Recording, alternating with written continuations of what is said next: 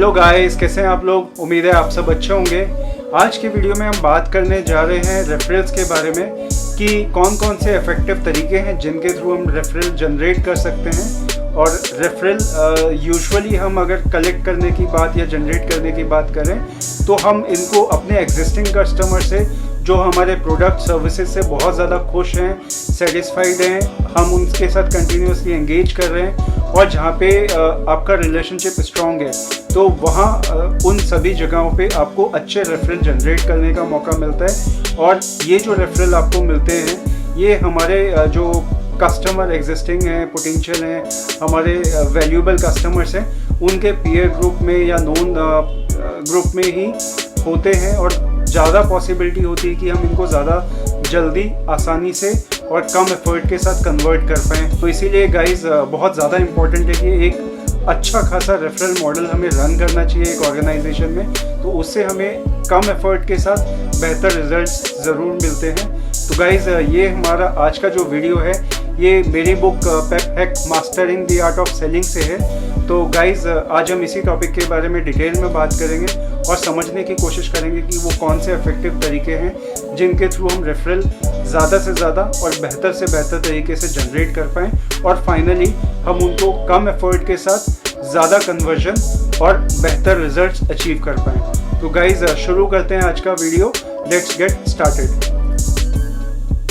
तो गाइस सबसे पहले हम समझने की कोशिश करेंगे कि रेफरल्स क्या है और रेफरल्स क्यों इम्पोर्टेंट। तो हम अगर सेल्स में बात करते हैं कस्टमर एक्विजिशन की, तो कस्टमर एक्विजिशन के लिए हम कई तरह के मॉडल्स यूज़ करते हैं, कई तरह के टिप्स, ट्रिक्स, टेक्निक्स यूज़ करते हैं और उसमें जो सबसे इफ़ेक्टिव माना गया है वो रेफरल है। रेफरल को क्यों सबसे ज़्यादा इफेक्टिव माना गया है वो उसका एक स्पेसिफिक रीज़न ये है कि हमारे प्रोडक्ट एंड सर्विसेज हम जिन कस्टमर को सेल कर चुके हैं, जो हमारे एग्जिस्टिंग कस्टमर बन चुके हैं, दे नो अस वेरी, हमारा उनके साथ में बॉन्ड अच्छा होता है, रिलेशनशिप अच्छा होता है और साथ ही साथ क्योंकि वो हमारे प्रोडक्ट सर्विसेज को यूज़ कर रहे हैं तो उन्हें ये भी पता है कि ये प्रोडक्ट एंड सर्विसेज किसके लिए सूटेबल हैं और कौन पोटेंशियल कस्टमर हो सकते हैं जो हमारे बिजनेस में हमारे लिए यूज़फुल हो। तो इसीलिए इस तरह के जो हमारे एग्जिस्टिंग कस्टमर हैं वो जो रेफ़र करते हैं कस्टमर्स, पोटेंशियल कस्टमर्स, वो पोटेंशियल कस्टमर भी सेम लाइन ऑफ बिजनेस या एक्टिविटी में होते हैं जो हमारे प्रोडक्ट सर्विसेज के लिए एक सूटेबल पोटेंशियल कस्टमर होते हैं। गाइज फर्स्ट पॉइंट है engage well with your customer and build a better relationship. तो किसी भी एंगेजमेंट में जब हम क्लाइंट्स के साथ कर रहे हैं तो हमें इस चीज़ पे फोकस करना चाहिए कि हमारा रिलेशनशिप उनके साथ बेहतर हो, क्योंकि ये पहली सीढ़ी है रेफरल जनरेशन की। आपका जितना बेहतर रिलेशनशिप आपके क्लाइंट के साथ होगा उतने बेहतर प्रोबेबिलिटी है कि आपको आपका कस्टमर पोटेंशियल कस्टमर्स के अच्छा खासा रेफरेंस दे सकता है। और वो जो रेफरल आपका एग्जिस्टिंग कस्टमर जो आपसे खुश है वो अगर रेफरल देगा तो डेफिनेटली वो रेफरल आपके एग्जिस्टिंग कस्टमर के मैच के होंगे, हो सकता है कुछ ऊपर नीचे हो और मोस्ट ऑफ द केसेस वो रेफरल्स जो हमारा एग्जिस्टिंग कस्टमर देता है वो काफ़ी अच्छे रेफरल्स होते हैं। और नॉर्मली हम लोगों ने जो स्टडीज़ अगर देखेंगे तो जो रेफरल के थ्रू बिजनेस जनरेट होता है वो काफ़ी अच्छा खासा बिजनेस जनरेट होता है रेफरल के थ्रू। तो गाइस सेकंड पॉइंट है एक्सीड क्लाइंट्स एक्सपेक्टेशन। ये पॉइंट भी फर्स्ट पॉइंट की तरह अहम है, क्योंकि जब आप कस्टमर से एंगेज कर रहे हैं, रिलेशनशिप बेटर है, उसकी जो एक्सपेक्टेशंस हैं, उसकी जो रिक्वायरमेंट्स हैं, उसकी नीड्स हैं, आपने वो फुलफिल की है, उसको अच्छी सर्विसेज दी है, उसको प्रोडक्ट अच्छा दिया है। प्रोडक्ट सर्विसेज के बाद में जो आफ्टर सेल सर्विसेज होती हैं वहाँ पे भी आपने बेहतर तरीके से उसके साथ एंगेज किया, उसको वो सर्विसेज प्रोवाइड करवाई हैं जो रिक्वायर्ड होती है। तो उस केस में क्या होगा, आपका बॉन्ड जो क्लाइंट के साथ है, रिलेशनशिप जो क्लाइंट के साथ है वो और ज़्यादा बेहतर होता जाएगा। जितना बेहतर आप उसको करेंगे डेफिनेटली उतना बेहतर आपके लिए रेफरेंस जनरेशन मॉडल में आगे जाके होगा।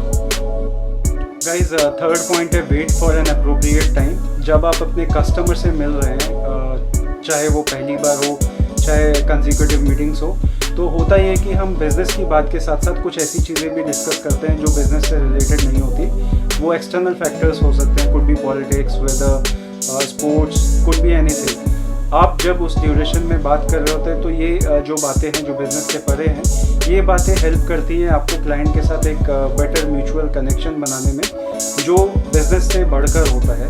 और यहाँ पे कनेक्टिविटी ऐड करने में भी थोड़ा सा आपको बेनिफिट मिलता है। और through out the process of discussion आपको इस तरह से कस्टमर को एंगेज करना है कि आप वो फ्लो में कस्टमर को ला पाएँ कि आप उनसे रेफरल की बात कर पाएँ, और सही समय का आप वेट करिए, आप उनको इस तरह से एंगेज करिए कि वो उस लेवल पे पहुँचे कि आप उनसे रेफरल मांगे और वो आपको ना कर पाएँ। राइट गाइज, तो wait for an appropriate time.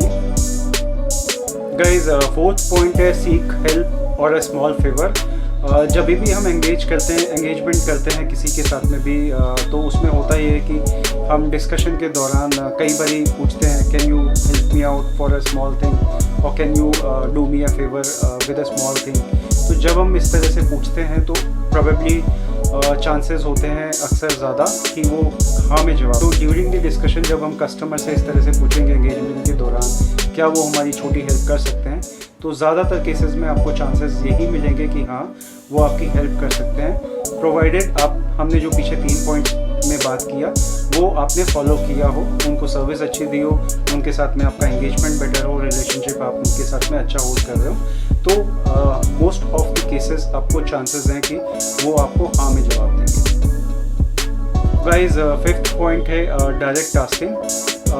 Through out the sales process, throughout the discussion आपने 4 स्टेजेस तो पार कर ही लिए। अब आप 5th स्टेज पे हैं तो आप डायरेक्टली क्लाइंट को पूछ सकते हैं कुछ अच्छे रेफरेंसेस वो आपके साथ शेयर करें, जहाँ पे आप अपने प्रोडक्ट एंड सर्विसेज उनको पिच कर सकें।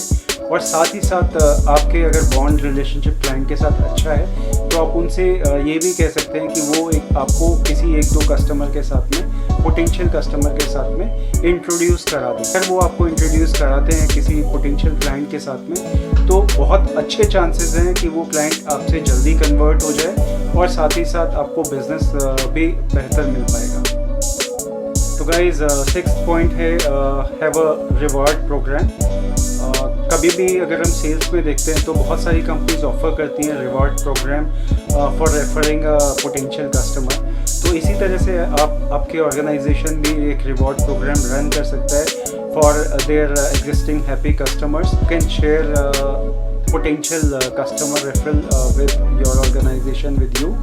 तो उससे आप उन्हें रेफरल प्रोग्राम के अंडर जो भी आप सेंट्रली डिसाइड करें, could be a small gift और कुड बी बोनस पॉइंट्स या कुछ और चीज़ जो आप उनको एज एन वैल्यू एडिशन दे सकें, तो वो रिवॉर्ड प्रोग्राम रन करने से भी काफ़ी हद तक देखा गया है बहुत अच्छे रेफरल्स जनरेट होते हैं। गाइज, 7th पॉइंट है हैव अ लॉयल्टी प्रोग्राम।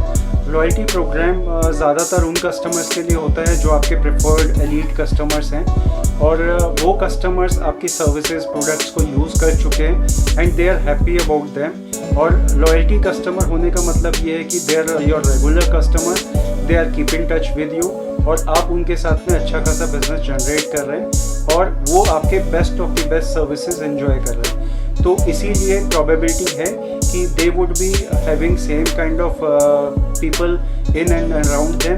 तो आपको उनके थ्रू अच्छे रेफरेंसेस जनरेट हो सकते हैं, those people who are willing to enjoy your elite services.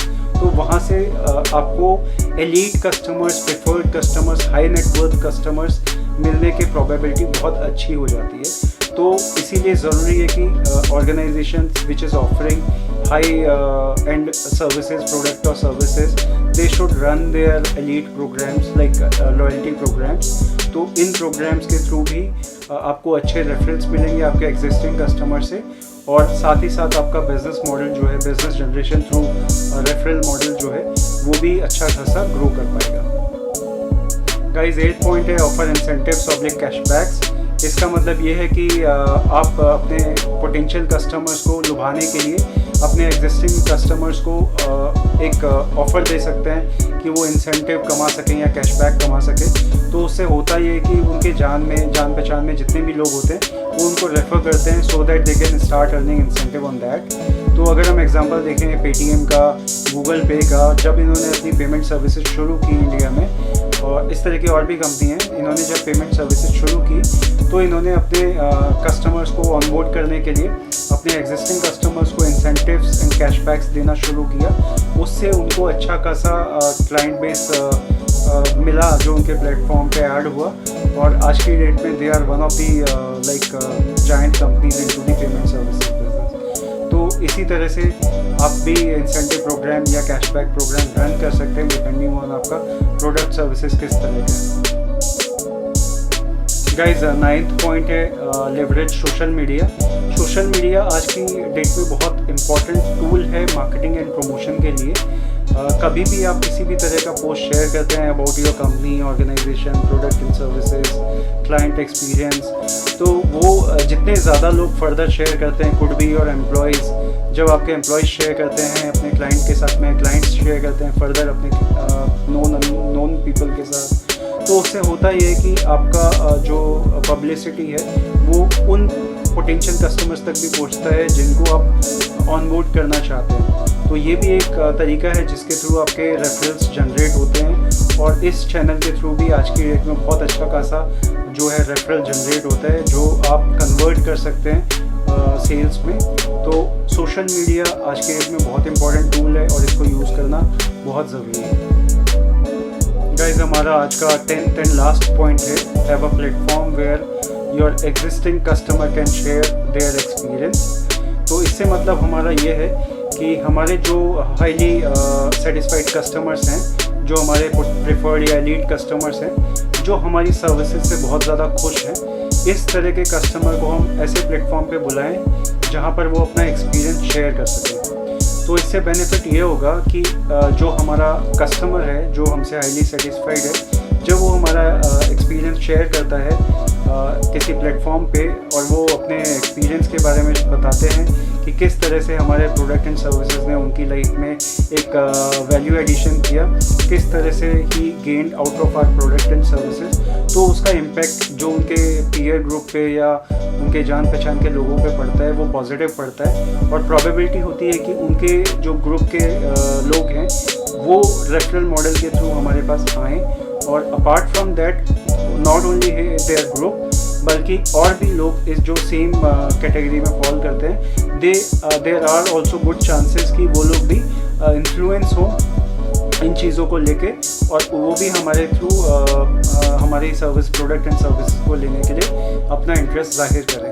तो गाइज़ ये थे हमारे 10 पॉइंट्स, वेरी इफेक्टिव टेक्निक्स जिनके थ्रू हम रेफरल मॉडल को बेहतर तरीके से रन कर सकते हैं, और सिर्फ रन ही नहीं कर सकते, हम एक बहुत अच्छा खासा रेफरल मॉडल जो है वो क्रिएट कर सकते हैं ताकि हमारे पास रेफरल के थ्रू ज़्यादा से ज़्यादा और बेहतर से बेहतर लीड्स आए, और हम उन लीड्स को कन्वर्ट करने पे अपना एफर्ट लगाएं, और हम ज़्यादा से ज़्यादा कस्टमर्स, पोटेंशियल कस्टमर्स को कन्वर्ट कर पाएँ। तो गाइज़ ये था हमारा आज का video about referrals and how to generate referrals, और ये टॉपिक मैंने शेयर किया मेरी book Pep Hack Mastering the Art of Selling से, और इसी तरह के इंफॉर्मेटिव वैल्यूएबल वीडियोस मैं आपके साथ रेगुलर बेसिस में शेयर करता रहूँगा, और इसीलिए आप जुड़े रहिए हमारे चैनल के साथ में, और इसको वीडियो को लाइक, शेयर एंड सब्सक्राइब करना ना भूलें, अपने फैमिली और फ्रेंड्स के साथ ज़रूर शेयर करें। तो गाइज़ मिलते हैं अगले वीडियो में, तब तक के लिए thanks, bye bye and take care.